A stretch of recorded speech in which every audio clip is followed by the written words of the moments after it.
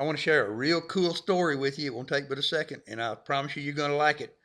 Yesterday, I had a flight on United Express Airlines.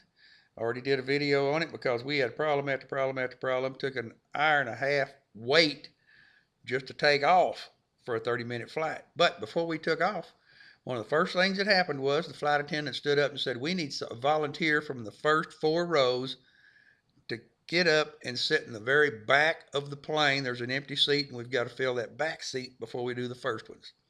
Man, that's hard to ask somebody to do. Well, there was a soldier sitting there on the front row. He was like 6'4", built like a wedge. I mean, he was a soldier's soldier. His first name was Phil, that's all I know. But he stood up without hesitation and said, "I'll do it." Flight attendant looked over there and he said, "Did you say you'll do it?" And he said, "Yes, sir. You need it done, I'll do it." I mean, that put chills on me. He got up, he walked to the back of the plane, all hunched over because he's so big.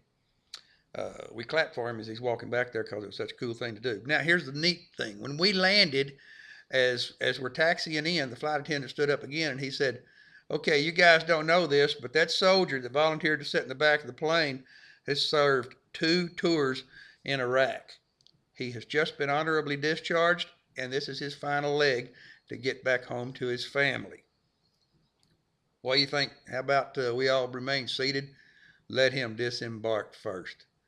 That was a cool thing to do, and I'll tell you what, he deserved it, and it put chills on me. He walked off the plane. Of course, he was white and embarrassed and everything. He didn't want anything for himself. He was thinking of us, not him, when he volunteered to go to the back. Now, got off the plane, walked out there, and I'll be dadgummit if there ain't a news crew standing out there with cameras looking at him.